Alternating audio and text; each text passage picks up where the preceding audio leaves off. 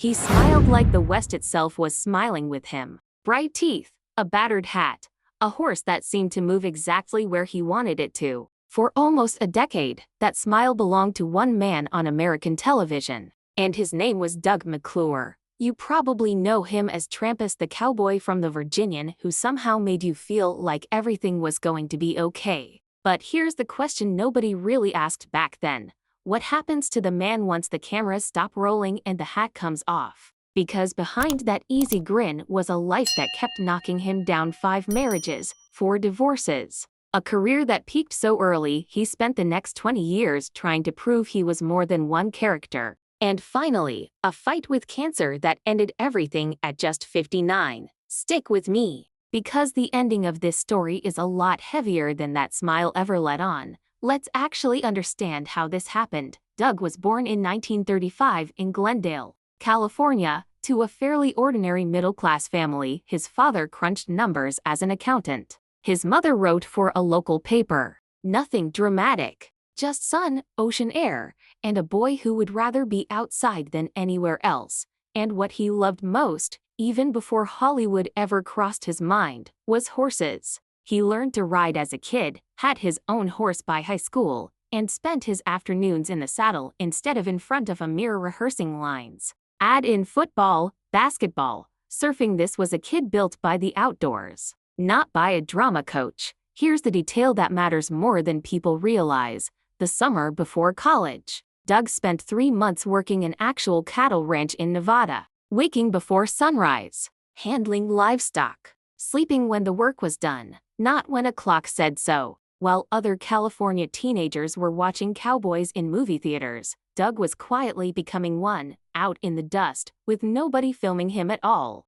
That's not a coincidence, that's foreshadowing, the kind you only notice looking backward. Think about that for a second. Most actors who ever played a cowboy learned the walk, the drawl, the way to sit in a saddle, from a coach on a studio lot. Doug didn't need any of that. He'd already lived it before anyone ever handed him a script. He drifted into acting almost by accident, through modeling gigs and college drama classes, always keeping a backup plan in his pocket in case the whole thing fell apart. Smart move, because Hollywood doesn't hand out stardom, it makes you earn it in scraps. For most of the 1950s, that's exactly what he did. Small parts, blink and you miss him appearances. A supporting role in The Enemy Below alongside Robert Mitchum. A part in John Huston's The Unforgiven with Audrey Hepburn and Burt Lancaster. He wasn't the star. He was learning, watching how real professionals worked a set, how they carried a scene, how they survived in an industry that chews people up quietly.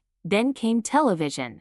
A lead role in Overland Trail. Then Checkmate, where he played a young investigator for 2 full years. Neither show made him famous, but together, they proved something crucial. Doug McClure could carry a series. He could show up week after week and hold an audience's attention, and that's exactly what caught Universal's eye in 1962, when they were casting a new Western based on Owen Wister's novel. The show was called The Virginian. The character they needed filled was Trampas. Now here's the twist most people don't know: in the original book, Trampas is the villain, the bad guy, but television rewrote him completely, turning him into a mischievous, warm, slightly rebellious cowboy who lightened up every serious storyline he touched. And somehow, Doug didn't just play that character, he practically was him. Same humor, same looseness, same genuine love for horses and the outdoors that he'd carried since he was a teenager on that Nevada ranch.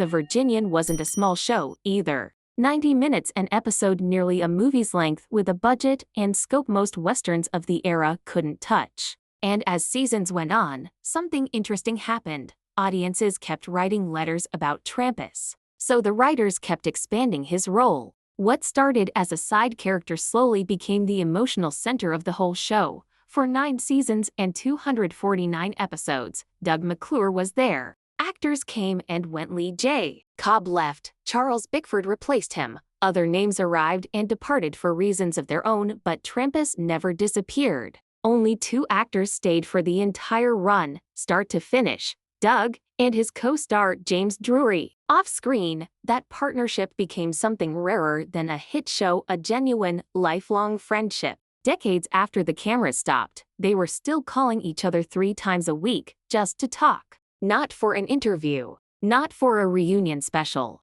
just 2 old friends checking in. But here's where the story turns. When the Virginian finally ended in 1971, Doug was only 36 years old. Young enough, in theory, to build a whole second act. Except there was a problem nobody could solve for him. Could audiences ever picture Doug McClure as anyone besides Trampas? He tried. A show with Betty Davis that never got past the pilot stage. A sci-fi detective series called Search that lasted 2 seasons and quietly folded. Nothing landed the way the Virginian had. And this is the paradox at the heart of his whole career. The role that made him famous was also the role that made everything after it harder.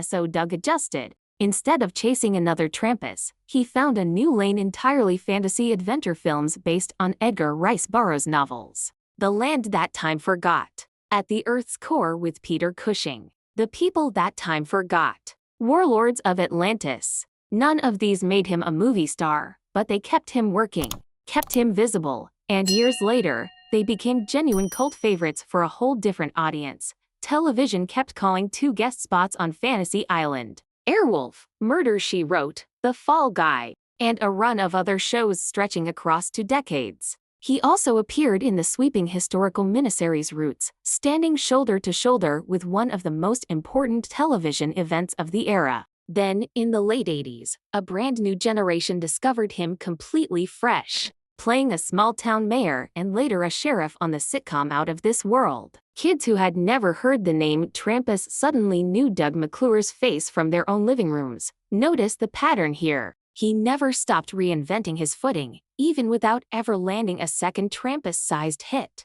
That's a different kind of success, quieter, less celebrated, but arguably harder to pull off. He once joked about this exact gap in his own career, saying people seemed to think he'd already died. He said it with a laugh, not bitterness, because the truth was, he never stopped working. He just wasn't front-page news anymore. And that's a strange kind of fame to live inside. Still working, still present, but somehow invisible to the public eye that once knew your name by heart. Off-screen, his personal life told its own story of restarts. 5 marriages, 4 divorces, a first wife he met while filming in Hawaii, a second marriage to actress Barbara Luna that dissolved just as the Virginian was making him famous, an almost cruel bit of timing, career rising while the marriage was collapsing, a third marriage during the show's peak years that also ended within a few years, a fourth marriage that lasted 9 years, the longest yet, producing his second daughter, before ending too. And finally, in 1979, his 5th marriage to Diane Fernberg, the one that actually held, lasting 16 years, right up until his death, somewhere inside all that instability. Though, colleagues consistently described the same man: open, warm, funny, never bitter, never closed off. Every time something fell apart, he opened the door to something new instead of shutting it. That's not nothing. That's a specific kind of strength most people don't talk about. Then, in early 1994, Doug was diagnosed with lung cancer. And true to form, he didn't retreat from the work he loved. He kept accepting roles, kept showing up, didn't want to be treated like a patient, wanted to be treated like an actor. Right up until the very end, that same year, on November 16, 1994, he finally received a star on the Hollywood Walk of Fame, after 4 decades in the business. It was official recognition, arriving right as his body was failing him. His close friend, James Drury, later said it felt like the last chapter closing on an entire life's work. Doug kept filming almost until the finish line, a small role in the Maverick movie, work on Riders in the Storm, filming a new series in Hawaii. Then, on set, he collapsed. Doctors found the cancer had spread to his liver and bones. There was no coming back from that. On February 5, 1995, Doug McClure died in Sherman Oaks, California, 59 years old, just months short of 60. And here's the paradox that sums up his entire life. The role that made him a household name is also the reason so few people ever learned the rest of his story. Trampas got the fame. Doug McClure, the actual man, restless, funny, loyal, endlessly starting over, mostly stayed behind the character. But maybe that's not entirely sad. Maybe it's just honest. Because even now, decades later, when reruns of the Virginian play somewhere on a quiet afternoon and a new viewer stumbles onto that grinning cowboy for the first time, Doug McClure is still doing exactly what he did his whole life, showing up one more time, still smiling like nothing in the world could ever really knock him down.